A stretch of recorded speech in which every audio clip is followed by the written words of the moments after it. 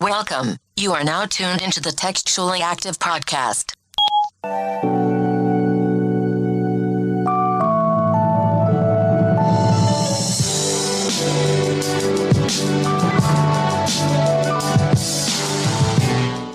What's up, everybody? Welcome back to a new, and when I say new, I mean new episode of Textually Active. Textually Active. I'm your host, Rez, and I'm here to talk about all things about the digital age. We're talking about managing friendships, relationships, and all the ships in between. And I'm joined by my lovely co-host, Meezy. That was wild because I thought, like, when you said new emphasis and then you said I'm the host and you, like, went on your spiel, I was like, niggas gonna think I'm not here no more. Niggas is like, this is just a new episode. Meezy is gone. I mean, you know, everything new, you know. Something feel different. It's just like I have no idea what it is. The open media agency just feels a little different. Something about I don't know what it is, but something feels different. Right. Today. I really can't tell. I can't put my finger on it. I mean, if you listen to this, it's probably like a visual you should probably see or go. Yeah, look you at. probably should just go look at what's going But on. something just fell Does off this today. table look different to you? Something about where we at feel different. Your chair feel different? I just don't understand. I'm not cool. I don't understand it yet. I don't know. I think we just gonna have to just go with the flow and see what happens. Niggas, it's 2021 and niggas is really like changing. I like it. Things are changing. Growth. It's growth. Look better. 2021. Clarity. Chef's kiss. We got a new president. I hate Chef's Kiss. I just want that to be known. Like everything about it, I just Chef's hate. kiss. We got a new president. Scallops that would have died for. We got a new president. Yeah, so E's on the boards too, guys. Just so you know. But they knew that. Yeah, it's cool. If I you mean, we don't even that- know if you want to be here or not half the time, but it's okay. especially with the changes that, like, the other changes we're gonna make. Yeah. We gotta talk about that too. Yeah. We're going to get there when we get there. But this is your podcast about navigating the digital age while dealing with friendships, relationships, and all the ships in between. If this is your first time here, make sure you subscribe and follow. We here to talk about If you're it. watching this on your TVs or your YouTube, make sure you hit that like, that little thumbs up, and you subscribe over there because, you know, we do this every Tuesday. You know what? Hit that share button too. Share button too. Take that share button and send it to 3 of your close friends. Matter of fact, send it to the group chat because we know how y'all millennials get down. Exactly. We know y'all got a group chat that y'all share all y'all memes and all y'all funny stuff. Add Textually Active to the rotation. Bust it up. So how you feeling today? It's a good, What's the good vibes? vibe, you know what I'm saying? I'm brightly colored today. You know The what sun I'm saying? out? I've been wearing black for the last couple of episodes. It's been a little dark. Weather been a little dark. But today I decided, you know, switch it up. Add some energy, some good vibes. I almost wore a positive vibes. pastel color, but I was like, nah, Yeah. not today. Yeah, it's one of them days. I feel pretty good, you know. I done entered the realm of them smart nigga realm, you know, bought a couple stocks today. You know what I'm saying? Clubhouse getting to you, You know what huh? I'm saying? Invested a little bit. Invested in my future. You know what I'm saying? You know how niggas go. Trying to run a bag up without having to leave the house. You know. I heard you. You know what I'm saying? Doing some cool shit. I also, you know, did some nigga shit. Like, woke up at 1 o'clock. You know, same, you know me, same OG. You The vibes. know what I'm saying? Listen, it's all about the incremental growth. You know what I'm saying? It's balance. Yeah. Balance. You never stray too far from what you know. I think we always expect that we're supposed to do, like, change is supposed to just happen, like, right then and there. Yeah. But that seed conversation that everybody has about planting a seed and actually letting it grow, as a plant mother, I now know that. You can't put a seed in the dirt and expect it to fully grow in one day. You literally have to put the time and the patience You got into to it. work. You got to work on yourself. And by putting in work every day, that's what you're doing. You're working on yourself, and I love to see it. You said every day, nigga. I'm talking. I'm on a level of like once out the week. That's enough. That's enough. You only got to water your plant sometime once a week. Okay. Okay. Now you dropping the gym. I'm all right. I'm maintaining. I ain't going to go too much into what's going on with me because, you know, the vibes. You look nice though. Thank I'm you. fucking with you. I'm trying. Not the vibe. Not Thank you. today. I know it. Yeah. It's the vibes ain't. A couple things get on my nerves a little bit, but You still. I left it at the door. You still upset by last week. That's all it is. You still upset about last week. Yep, that's it. Just a little bit. Them girls ain't do what they were supposed to. They didn't. Nope. It's always the girls. E, how you feeling? Shout out Doritos. I'm just here. Yeah, shout out to Doritos. just finding your way into the right place at the right time. And then wondering how you got there. It's just you can see somebody's vibe. And the fact that you're unable to check your vibe at the door and come in with a new energy because your energy is literally transcending onto thousands of people. People feel that energy. And now you done messed up an experience that we were supposed to get 2 months ago, it feel like. And you come up here, you give us this? Drag her, sis. Can we just dive into it? What are you talking about? I am discussing disgusting. the verses that did not happen. The verses that I left halfway through. The verses that I no longer cared about. You hung your baby fat coat back up. I took my coat off. I retired it. I said, you know what, babe? What you want to do? Because this ain't it. Like, I couldn't even drink a glass of wine to it. Like, sad. It was bad. No. It was bad. But we not here to talk about verses. E, how you doing? I'm good. I'm here. All right. I'm just feeling empowered today. Yeah, a little bit. I like it. You know, just trying to switch stuff up. Let's uplift our black kings Switch and our the black views queens. up. Yep. Protect all of us. How about we just change that shit to protect black people? Like, let's not. You really giving all lives matter right now. But Wow. it's black people. I specified protect black people. Like, But black women are the one that need protection right now. yeah, but I see her backing you into a corner. I see that. You see that? Because all I could say, but, and once you say but, it negates what. Yeah. Anyway, further, you were going up that hill alone. Yeah, you give it all lives right now. right, But it's okay. It's okay. I hear what you're trying to say. Protect black women, secure black men. Yes, I hear what you're trying to say. I got you. Okay. Listen, I mean, we was going to do that anyway. Listen, I'm just. Who is this guy? Who is Meezy right here? Yeah. Niggas is different. Different energy this year. We was going to do that anyway. But let's go ahead and jump into the discussion I'm that here for it. I brought to the table, that we brought to the table, that we all together collectively would like to speak on. And it is specifically the barriers that we are breaking as millennials to change the narrative around tradition. Facts. You know, I feel like constantly millennials are just elevating to the next level. And this isn't a gas millennials up conversation, but I mean, because we was going to do that anyway. You was going to do that anyway. You're a millennial too. Yeah.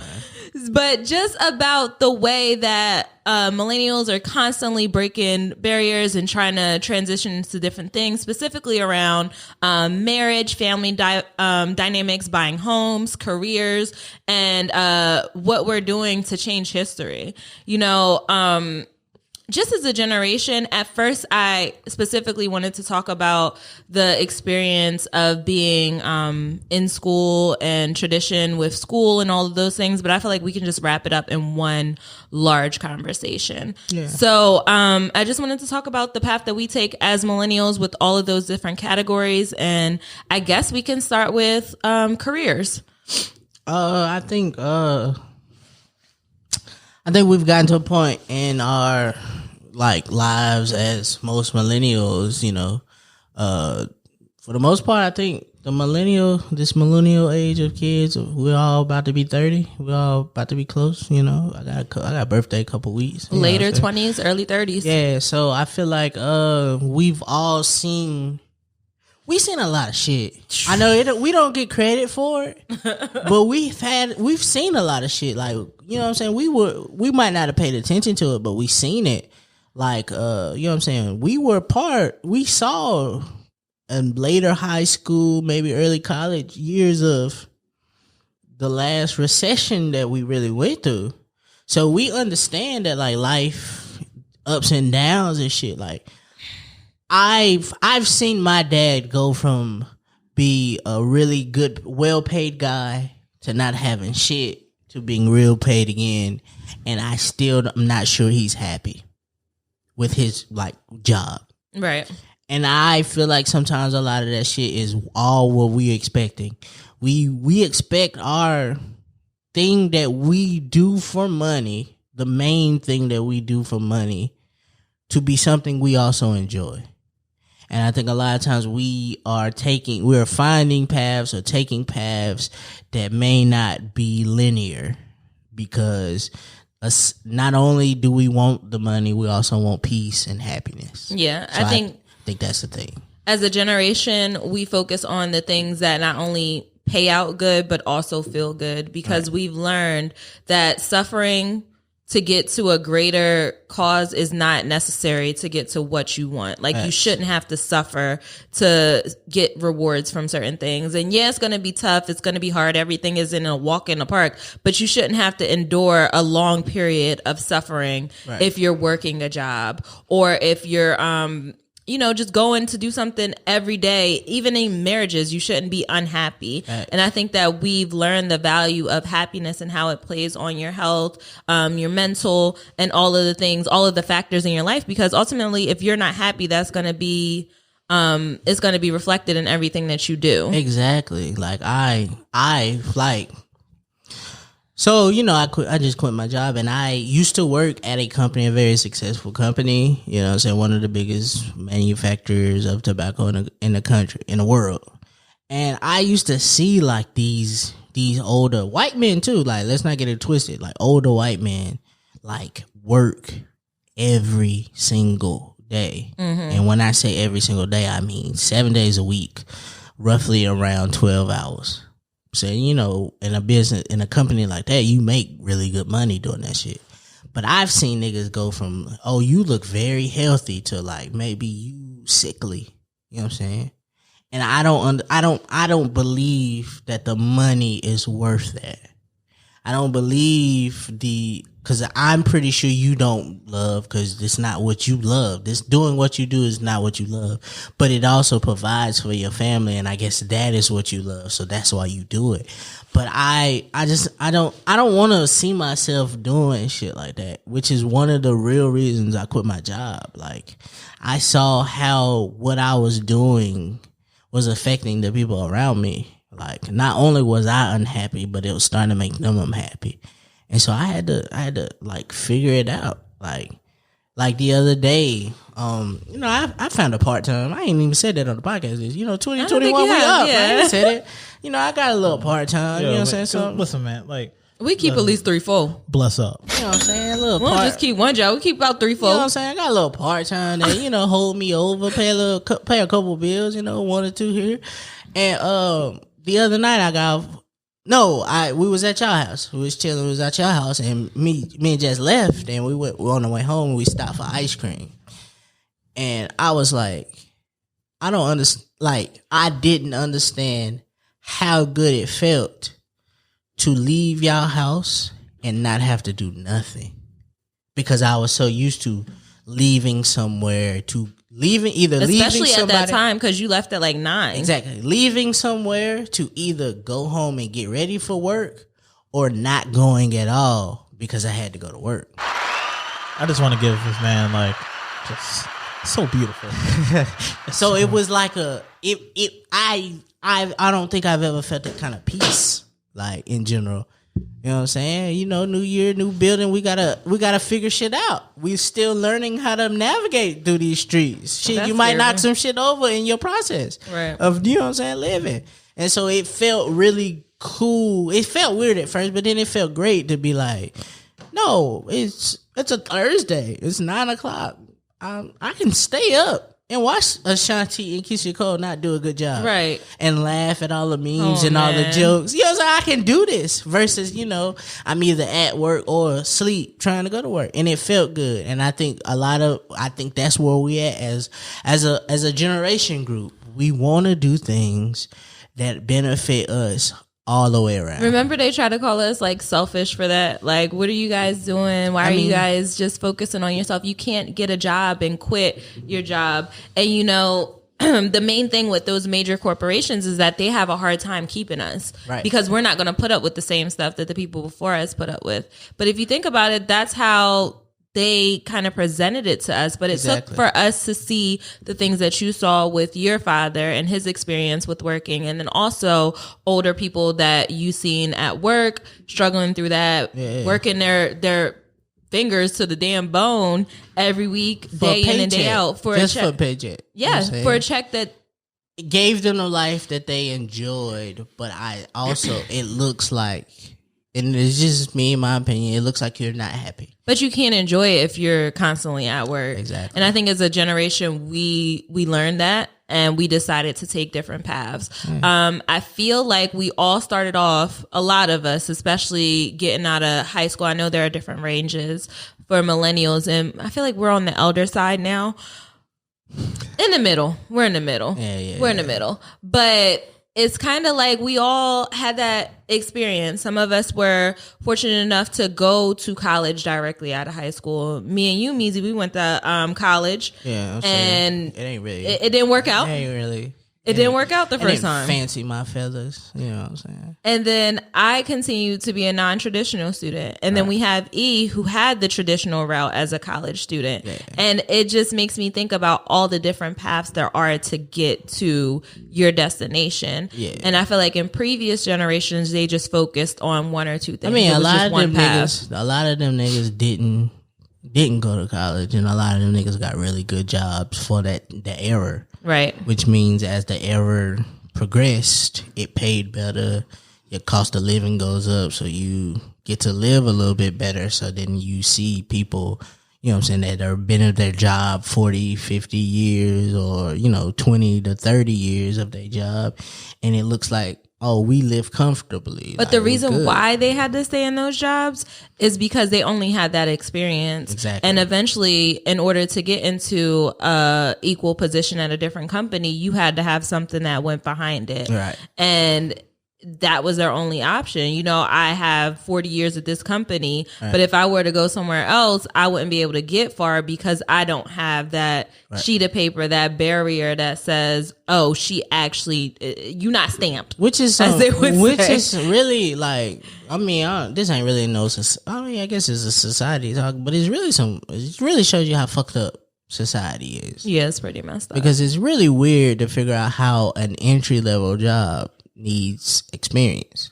Right. Because if I've never had an entry level position, where would I get the experience? Well, the thing is that they expect you to have an internship. Most times the internships are unpaid. Or, now with us breaking those barriers, we're kind of like saying, nah, like we literally cannot afford to do this shit for free. Like we cannot afford to be here all the time for free. And that's just not realistic. Is nobody seeing the problem? Like how am I, so now I paid all this money, mind you, all this money to go to this great prestigious university to get this education that you say is going to help me open doors and make all this money in the future. However, once I get it, I still need a piece of experience. So I have to go through the internship while in college and then potentially get a job. Maybe because now y'all done added another notch. That's like, crazy. oh yeah, it's cute. You got your bachelor's, but we need you to have a master's and 5 years of experience in order to get this position. It don't make sense. So, and not to add on the debt.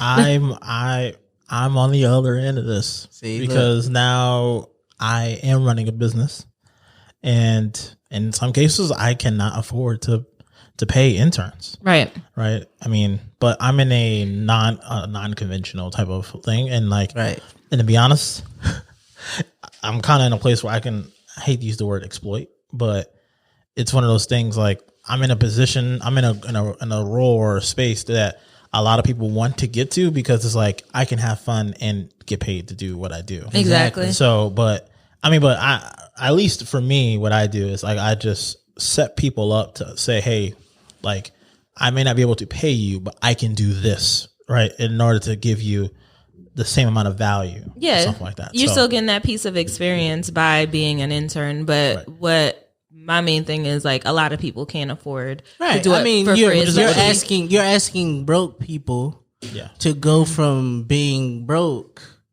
to doing something that is you're asking people from going from broke and doing a lot to doing something that I want to do and get paid for and do it for free while I'm still broke. Yeah. Which is some shit that makes no sense because it's like, bro, I have stresses of life.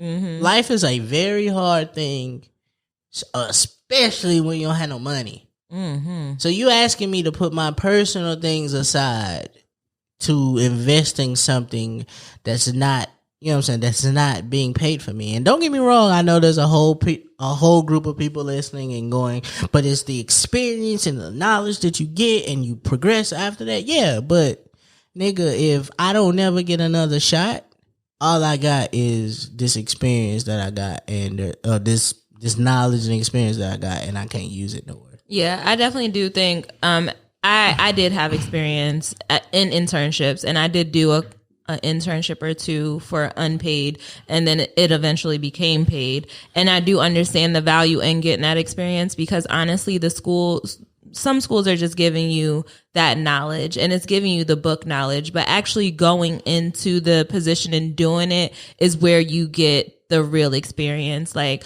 I spent a lot of time going to school to be an elementary school teacher, but it wasn't until I actually got into the classroom where I realized, oh, this is what this is really like. Like, the book says, oh, if the kids get breakfast in the morning, they come to class, they're ready to learn, you can teach this lesson, teach this lesson, teach this lesson. But what they don't talk about is the kids that don't get food, and the kids that come to school who are hungry, and the kids that are unable to learn because of the trauma that they have going on at home, and them interrupting your lesson here, there, and there, and there. For and then realistically now, they did, like, in school, you're not going to get the experience of how to cope with Corona. Like, none of the teachers in this time would have ever thought. I just saw a report from like Charlotte, Mecklenburg area that like a lot of the kids are failing the online, like the Zoom virtual learning shit. And it's like, bro, how you expect for me to wake up every morning, get dressed, log on to my computer, and pay attention from the comfort of my bedroom or living room? Like, nigga, no. And mind you, this is something that kids probably use for entertainment, so it ain't no entertainment. Nigga, you have a hard time controlling those kids in the classroom. So you expect a teacher that's not even in the room to control 20 to 30 kids who ain't even there? Like, nigga, no, I'm about to put this on. I'm surprised niggas ain't found a way to like do a backdrop of them. Like, they have. No, they have. And like just post it up. Like, here I am. I'm change it every day. Take a picture of your fit and post it and just leave. Right. And then have your mic on when she asks you a question, you answer, and then you go back to playing the game. Like, I don't it's understand definitely a how challenge. you expect people to do that. But with school, it is a balance between intern and learning, and then taking those skills and then getting a career. But as millennials, I feel like we've done a mixture of both, and one thing we've mastered is taking different paths to get to each destination, because like I said, we all had different paths and we still ended up with some form of success. And you know, success can be achieving the things that we set out to achieve. It's not necessarily the amount of money. Like, none of us in here are millionaires, but we are successful in the sense that we are able to commit to doing something and achieving that goal. Right. So I think that's one thing that millennials have mastered as far as careers. And not only to mention entrepreneurship, like, we aren't stuck in the cookie cutter version of having relying on somebody else to pay your bills monthly. Right. One thing we're going to do is go out and get it. And we see even that. If they are, hey, we using the money y'all giving us, we finna go do some other shit. Right. Or we're using that money and we're putting it back into our communities because we learned the value behind that. So I definitely applaud millennials for breaking barriers in the career standpoint. In that aspect. Them niggas, we going crazy. Like, it's a lot of just a lot of people who have taken the traditional way of, you know, wake up every morning, I go to a job and come home and try to be a family person. No, they've broken the mold. You know, we've had a couple guests, shout out Low Millie, shout out A Rich Book. Like, we've had people who are like, no, what I do just funds everything else that I love. Right. And that's how it's going to be, because this is how I want it to be. And I appreciate people like that. And also, while we're here with millennials and career, shout out to Black women. Shout out to us for them making the standard, oh, you got to get a bachelor's, and us going out and getting PhDs and being the highest educated group in this country. And also the highest amount of entrepreneurs in this country, because Black women, we just do it all. Okay? Statistics. Okay? We just going to do it all. Yeah, so outside of career, let's get into the fun stuff. You know, the fun stuff. The things that we're constantly dealing with and how we're navigating the whole ball around family dynamics. Because you'll hear different arguments. You'll hear them saying dynamics. Dynamics. So how we're creating families. Yeah. And, you know, in order to create a family, you have to date, you know? Some people will argue millennials aren't getting married, millennials aren't buying houses, millennials aren't having kids, but they aren't starting only families. A few shows that you can name right now. The dating situation, I mean, what's going on? I mean, I feel like I've seen a lot of people do all of these things that you spoke of that they say we don't do independently. Like, I know a bunch of, like, in my head, I can think of, like, women who don't have any of those things, but they own homes or own businesses and do all of these things without a family dynamic, and are very successful.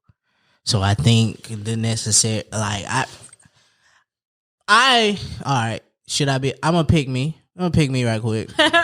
Okay. I place some of the blame on the male aspect of society, because you're now asking a group of people who've never seen or understood what a family dynamic was to do something and understand it and perfect it and succeed in it. So don't get me wrong. Like, I think I said this the other day, or I think I said this last week. You're asking men that have that's never seen shit to do something and appreciate that, and because you ain't shit, like, because he ain't shit, it is his fault because he wasn't ready to be what you wanted him to be at the time that you had him. Oh, so we're going there. You know what I'm saying? So, like, you know what I'm saying? You're, like, placing this onus on somebody who, you know what I'm saying, lacks the emotional, or lacks the, you know what I'm saying, like, the capabilities to understand these concepts. I think they always say this, and it's the difference between men and women, and we're definitely talking from a cis hetero situation, but women, one thing about us, we are going to continue to push forward. Nice. And we're a majority of us, because some of y'all don't be pushing forward and y'all still be hung up on that man, but we realize that it's okay to keep going and buy your house, buy your car without having a man in place. And we also realize that you don't have to have one man while you're out there dating, which was something that a lot of women spent a lot of time thinking. There are still some women out there that believe that you can only date one man at a time. Right. No, girl, you can test different pools while you're out there. You don't have to just stick to one. Yeah. So once we realize, okay, I don't need a man to buy a house. I also don't need a man to validate my feelings and me being beautiful. I can just go ahead and keep living my life the way I want to. And in some cases, you probably don't need a man to have a kid. I mean, get yourself a baby. I mean, I know this conversation that we're having is based upon, you know, tradition and breaking tradition, but I don't think that millennials are breaking tradition. I think millennials are fighting their traumas. So I think what happens is that we come from broken homes. I'll say it. I'll be transparent. I'll be vulnerable. Whatever the phrase is. I've envied my sister, who is 7 months younger than me, because she grew up in a 2-parent household. Right. So because of that, I've always told myself I would never want to have a kid without being with a mother. And in all of my life, or 29 to 30 years of living, Jazz has been the only one that I felt like the time is right to do all of these things with. Even though in my 20s, I thought these were the times that I was ready to do this, and I never was. It was just a concept that I thought was what was supposed to happen. It's just certain things about life, bro. Like, you know what I'm saying? Like, those is like some of my traumas. I'm sure there's, you know, I know we always make the joke of, you know, the black women and their mamas have this beef. And I feel like a lot of millennials that ain't looking to have children or having it is because they they want to be a better mama than the mama that they had. Dang, you hit the nail on the head with that one. That's You know what true. I'm saying? Like- I feel like we do spend a lot of time not specifically fighting tradition, but fighting trauma. Yeah. And a lot of the millennial parents that I see, they say, I don't want my child to go through the same thing that I went through. Exactly. My child didn't have a parent or a father who was able to show emotion and love. So therefore, I'm going to find me a man who knows how to express love. That way my daughter doesn't have to go without that. Exactly. And same thing with millennial men. They're taking the time to find somebody that is worthy of being a mother. That way they don't have to go through the same trauma that they went through with their mother. Right. And it's just like, you have to be willing to break those curses. It has to end with you. It has to end with somebody, especially when you talk about family and those dynamics, because, I mean, why? Right. We have all these resources. We have things that we have social media, which a lot of people like to downplay and say that it's not a good tool and people need to log off because it can be abused. There are different different, I guess, neighborhoods on social media. It's a lot of neighborhoods. Different segments on social media. You could be in the hood. You could be in the informational section. You could learn something. But social media and media in general has opened up that there isn't just one set standard for a family or one set standard. And maybe the way that I was raised isn't the way that I was supposed to be raised. Or maybe the way that I was receiving love wasn't the way that I necessarily needed to feel it. And yeah, I think we've gotten to a point where we are all a lot more open than the generations or the people before us ever were. You know what I'm saying? It's we've gotten to a point where it is okay to, you know, call out somebody on their misogyny. yeah. It's okay to, you know, accept somebody because of their sexual orientation or their preference. You know what I'm saying? A lot of us grew up where, like, a lot of us grew up in an era where, yes, we have a gay uncle, but we just don't talk about it. You know what I'm saying? We don't acknowledge that he gay. We don't say nothing. That's just his friend. They live together. They do everything. Or the gay auntie. You know what I'm saying? Like, that's just their friend. You know what I'm saying? And we don't acknowledge it, but now we live in a time where it's like the traumas that I dealt with growing up, I don't have to no more. Like, I don't have to, like, everybody knows I love my dad to death. Yeah. I love my dad to death. But I do think there was a time in my early teens where I wished he was around more. Yeah. Because then I feel like it would have gave me the tools that I needed to succeed in life. And I don't ever want to, you know what I'm saying? I'm dating a girl who comes from a very, very traditional family. Like, yeah, they call it the nuclear family. Like, they still call each other every Sunday to talk to each other at any given moment. Mm-hmm. I've seen them talk at least twice a day one time. Yeah, life. And you see those things and you're like, oh, that's a norm? So I'm supposed to be dating somebody who expects shit like that, and I have no idea what that's like. Right. But the thing is that you're willing to learn. I have no choice. Yeah. Because I want to be this better person with this person. Yeah. So it's one of those things. It's definitely, especially when it relates to like having kids and starting a family, it takes some millennials, because I feel like there are different segments for millennials and parents. You have the people who are like, fuck those kids. And there are layers to why people say fuck them kids. It can have to deal with trauma. It can have to deal with you just enjoy the freedom. You just can't see yourself settling down, or you have certain standards that aren't being met for you to have kids. Yeah. Then you have the I want to be established group of millennials who are not having kids because they don't feel like they're in a level. The argument to that is, oh, you'll never be ready. But no, there are certain things I need to have in place in order for me to have a kid. It's because it deals with your insecurities about how you feel about yourself. Mm-hmm. Because I just realized, because I have a girlfriend, I haven't had to eat a frozen pizza in a really long time. If I didn't have this girlfriend, frozen pizzas are kind of fire though. Like, they're absolutely fire. If I lived by myself every day, I'm probably sure I would eat this all the time. You know what I'm saying? So you expect for me to bring a child into a situation that I'm not mature enough to handle, and you telling me that stuff like this matures you? Like, no, I haven't seen it. I don't understand it. most of my friends they fathers, but a lot of them ain't, there with their kid all the time, or they not as in home. They not with their baby mamas and shit.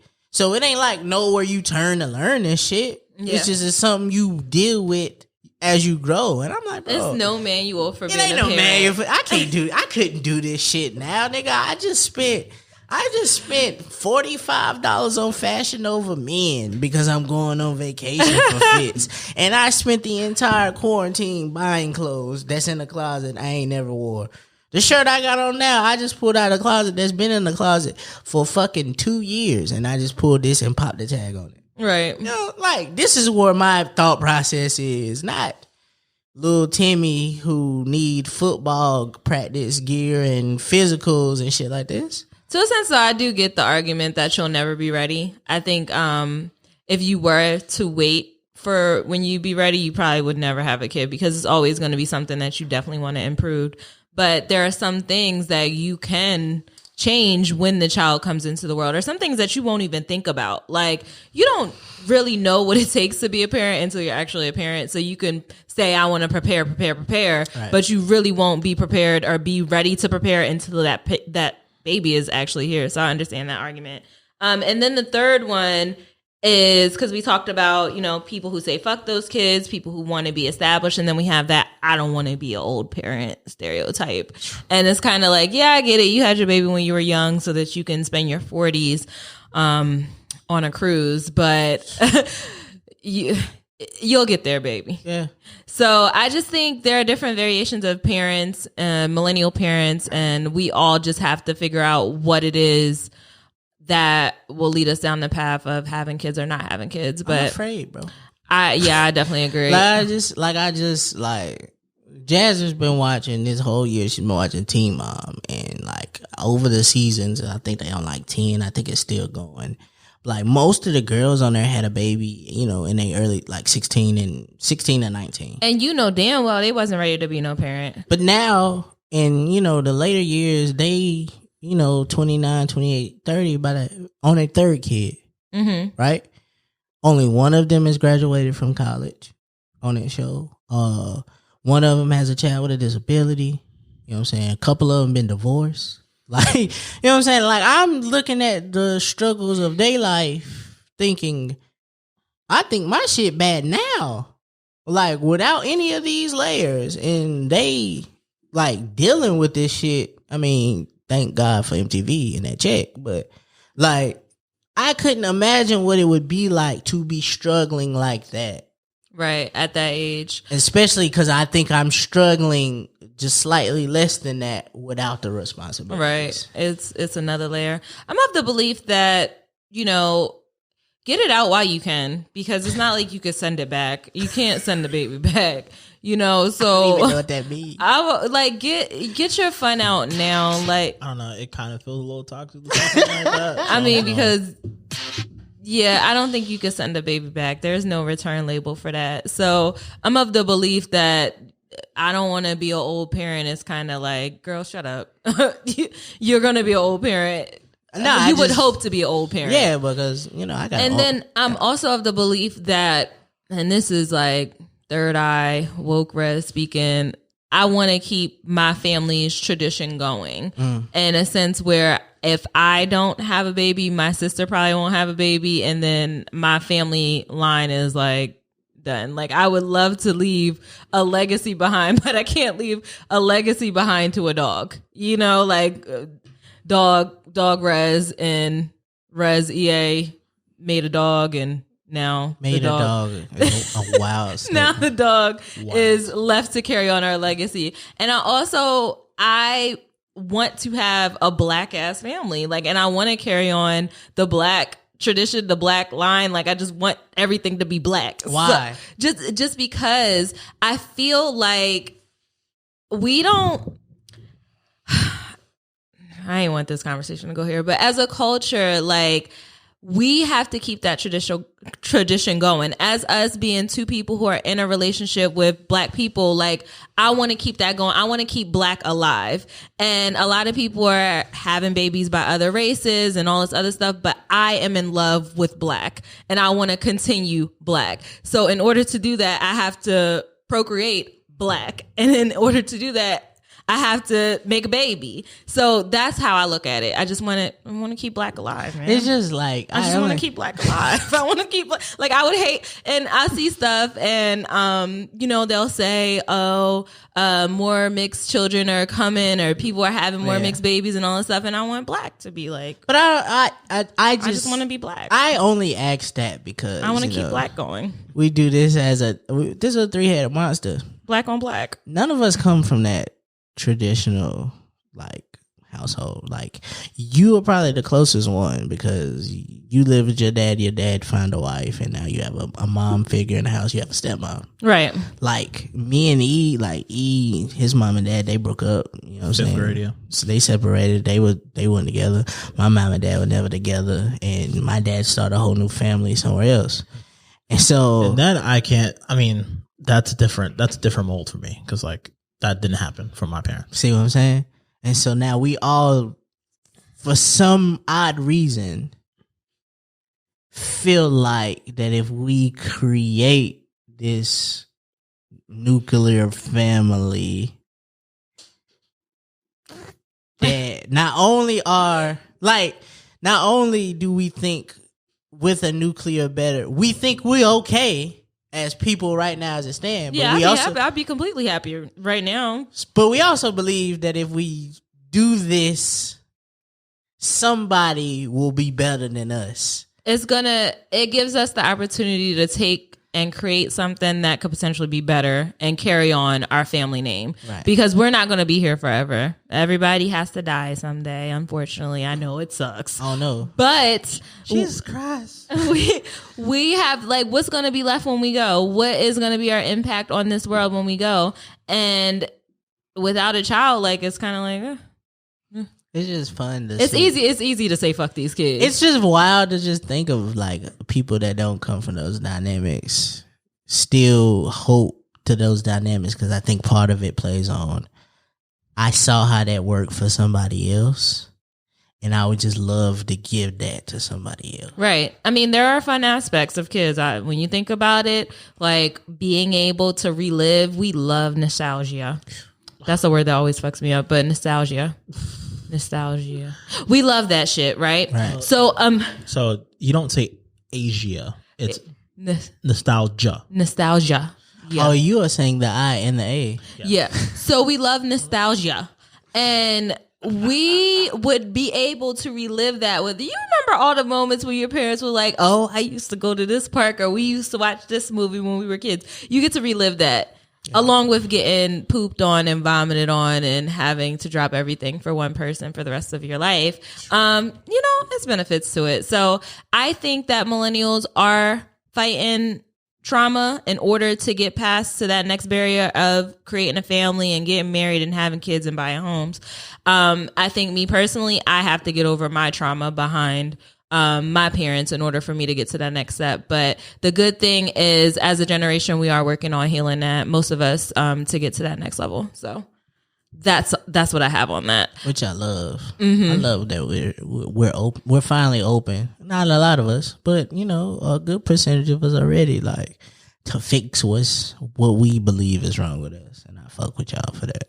I do. Yeah, I think we finally got to a point where everyone's just not hating. It might be us. Like, yeah, and it's just like it is. Says, it's like internally, and we're just like, it is. Oh, like, I am a piece of shit. And we also not trying to blame no more. Like, I know a lot of people say, you know what I'm saying, I, for one, in my heart, do it all the time. Like, I have shitty handwriting, and I always blame it because my mom made me be a right-handed person. Oh. She never wanted me to be a left-handed person. And so, like, when I would pick up a pencil... Are you naturally left-handed? Not anymore, but I was. Before she made me pick up a pencil and learn to use my right hand. That's fair. But, okay. So, things that we learn... That's what like I really can't recognize this place today. It's so different. There's so much stuff going on here. Like like when I say I believe the reason I have shitty handwriting is because I was forced to. It didn't come natural to me as most people it did. Like I was taught to write with my right hand, but I was never taught to do anything with my left. But I mean, the good side about it is that I mean you didn't have to like excessively wash your hands because you got pencil shavings and pen. I mean, I felt under your left hand, but I feel like at 30 that those are the parts of life you take because it's normal. Like you know what I mean? Like I would, like I.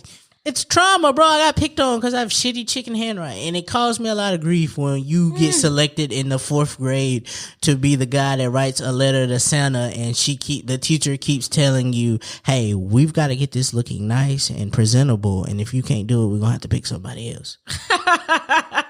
True story that happened. That is so sad. Who is that teacher? She was a bitch. I mean, man, she was a bitch. Dang. Old white but lady. it definitely, like you said, we're not blaming. That wasn't a microaggression. That was a straight up aggression. That was like a mega aggression. But we're not. We're taking accountability. That's the buzzword. We're taking accountability for the things that happen to us. The year of the cliche. And also making a change with those things. So fuck with it. That's what it's all about. So let's go ahead and take a break and we'll be back with our final thoughts. All right. So we're back. So as far as final thoughts, I wanted to wrap it up, carrying on the tradition of the episode. What are some things, like we all left off on the conversation saying that we would potentially be open to having kids? With your children and dating, what are some traditions that you would keep alive, or what are some things that you would push on to them to be open about? I mean, as far as like dating and meeting people and being out in the world. My biggest thing that I would stress is not just kids, like people in general, is to live. Like, don't let, like I keep saying trauma, but don't let your traumas deter you. Like, if you grew up, like, you know what I'm saying, your mom was all the time, man here, man there, I don't think that should deter you for trying to figure out how you would like to live. So if that meant you having to, casually date a lot or often or do whatever that is, you free to do. It's your body, you do what you want to. If that's how you feel, or if you believe, I'm not that type to do something like that. I am find a man, get married, live life. If that's you, do what works for you. Like, I wouldn't be upset if I had a daughter and she grew up to be Lori Harvey. Like, I feel like Lori Harvey is one of the people who is living her life to the best of her abilities. Like, we don't even hear Lori talk. Lori don't address none of the rumors. She said wow a little bit. She don't address none of the rumors. All you ever see Lori. That's all you ever see. Like, you see Lori doing what Lori wants to do. Mm-hmm. You don't know what Lori does for a career, what she does to make money. We just assume her dad's famous, her mom, they got money. You know what I'm saying? That's what's funny. But I'm pretty sure Lori has her own bag, and it comes because Lori has made this a thing of, you will see me be great. Right. She's putting it out there. So I wouldn't be mad. I just want people to live their life and don't think, because of what happened to you in life. Even now, like, whatever happened to me now, I think I could get past that to live better. It just takes some work. So, do what works for you while working on you. I think, what were you going to say, babe? I just think for me is basically kind of like challenging everything. Right, like in terms of not saying like not being like a contrarian, but like on a thing of like, well, why can't something happen? Facts. Right, because I feel like there was always, and it's not saying it for my parents or for anybody, like, but I feel like I've grown up in situations where dimming your star made more sense for people, right? And then it's never cool to like be the smart person or to be forward thinking or whatever. So it's just challenge it. You know what I'm saying? Like, challenge the norms. Like, if you kind of had to say, like, if I had a Jaden Smith, I'd be okay. Yeah, Jaden is one of them ones.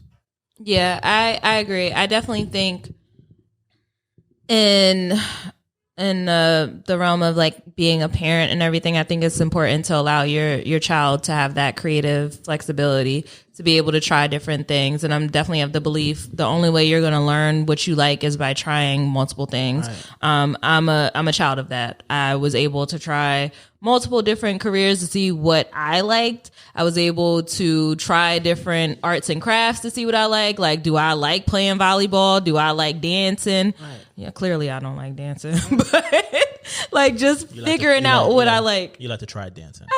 I like to try it. I mean, your Pop Smoke kind of cool.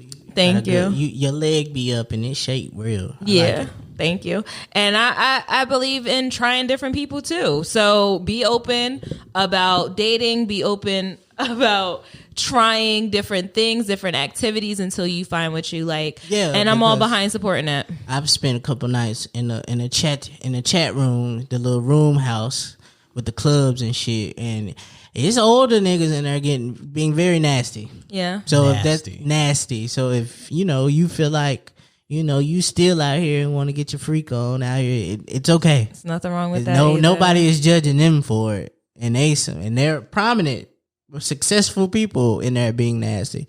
So do your thing. I think one thing millennials, what we really open the door to is that there's no path. Hey. Newsflash, there's no path. Nothing's really taboo anymore. There's no tradition. Anything could happen. Look goes. Who was president for the last 4 years. Anything could happen. Anything. And I think we're of the belief like there is no walls. Like what did Blue Ivy say?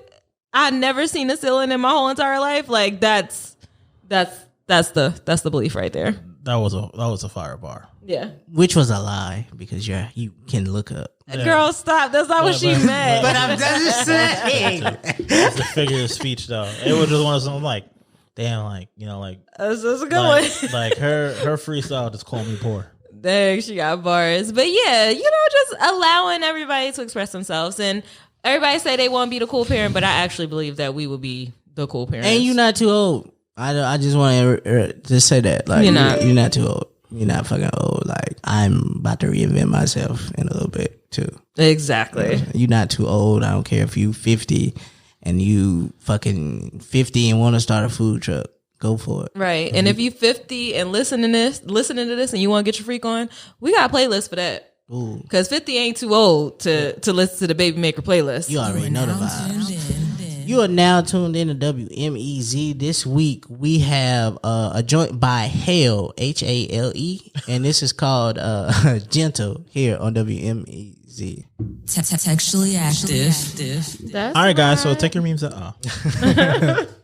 All right, where are your meme at? Do you have a meme for this? Oh, I'm ready. Okay. He waited all show for this. Mm-hmm. Yeah. All right. So I'm borrowing somebody's meme, so I'm gonna give them credit at the end. But I was looking at the verses, right? And I kind of looked at certain stuff. Like I kind of always given Ashanti a hard time, right? But at one point I was like, you know what? Like she's really doing her thing. And I realized that, her vocals were coming in real strong. So she must have still been warmed up after being under the inauguration stage. Oh my gosh, because J-Lo. I see the vibes. I saw what he did. And shout out to Tory Nix, who that was fire. When I stopped and I actually fell out that day. That is hilarious. Meezy, what you got? I don't know. I'm gonna use it because I laughed at it a little bit just now. You realize we still in January, which means we still in winter. Snowstorms lose a little bit of their magic when you already been in the house for 9 months. Yo, word. We used to get so excited about storms so we could sit in the house. Now we work from home, so it's like it don't matter if it's snow or not. I'm still gonna be. It's still technically a white Christmas because everybody's walls were like off white anyway. Right? Okay. All right. So mine is the fact that Noah let a bed bug on the ark is still not sitting well with me. Hey, that's fucking hilarious. Because I've been trying to figure out. You caught 2 of everything. 2 bed bugs, dog. 2 bed bugs. There was roaches. 2 roaches. 2 roaches. Come on now, bro. Rats. They took over that arc. Skunks and pot. Yeah, come on, dog. For real. That's crazy. 2 bed bugs. That's crazy. I understand following orders, but damn. God, that's a lot. That's crazy. Hey, we also. All right, I ain't even gonna get it there. That's another. But I'm just gonna say, anybody ever noticed that Jesus was born before BC? Hey, listen, we gotta have a conversation about religion. But first, I gotta sit down and really get into the Bible, back front to back. I really gotta get into it. Like Jesus was born before Christ. Yeah. I mean, it's just a lot of things. But like we said, you know, that was back then. You know, we wasn't living in them times, so we don't know. Not no more. You know, and you know with stories, you know how niggas get with stories and telephones. You know how telephone work nowadays. I'm going to interject here. I think a few stories might have got a little bit of hyperbole in there, a little bit, just a little hyperbole, a little bit. You can say hyperbole, but nostalgia is because of the way that it's written. It looks like it's Gia. Nostalgia. I see it. You feel me? Nostalgia. I ain't gonna disrespect Nostalgia. Anywho, especially still be fucking me up because I keep remembering it's got special in the middle. Pacific. Definitely. Oh my God. It's certain words that catch you. Anyway, thank you guys for listening to another episode of Textually Active. We appreciate you. Make sure you subscribe, like, and comment. This was your first time listening. Make sure you come back next Tuesday. We drop episodes every Tuesday at 6 a.m. And we're also available to be seen on YouTube. You guys can check us out on YouTube, you know? Yeah, so tune in. Don't be afraid to leave a comment, subscribe, like, comment, because we talk back. You know, you feel me? You can see us on all your favorite social medias too. So whichever one you frequent the most, you know, it's a little textually active over there. I like Instagram. I'm a Twitter guy. Instagram, Textually Active Pod. Twitter, Textually Act Pod. And Facebook at Textually Active Pod. And I think we got a TikTok. Somebody told me that the other day. We do got a TikTok. Ain't nothing on here. You trying to do the Busted Challenge on there? No. Okay. I'm not. I can do one. I don't got good news. I actually have footage of our first TikTok. I'll show you. Show it. It's not shared. Anyway, see you guys next week. Bye. Meezy out. Thank you for listening to the Textually Active podcast. This podcast is a full-service production from the Open Media Lab. Be sure to check in every Textual Tuesday along with following them on all social media at Textually Active Pod. Textually Active is a part of the Open Media Network.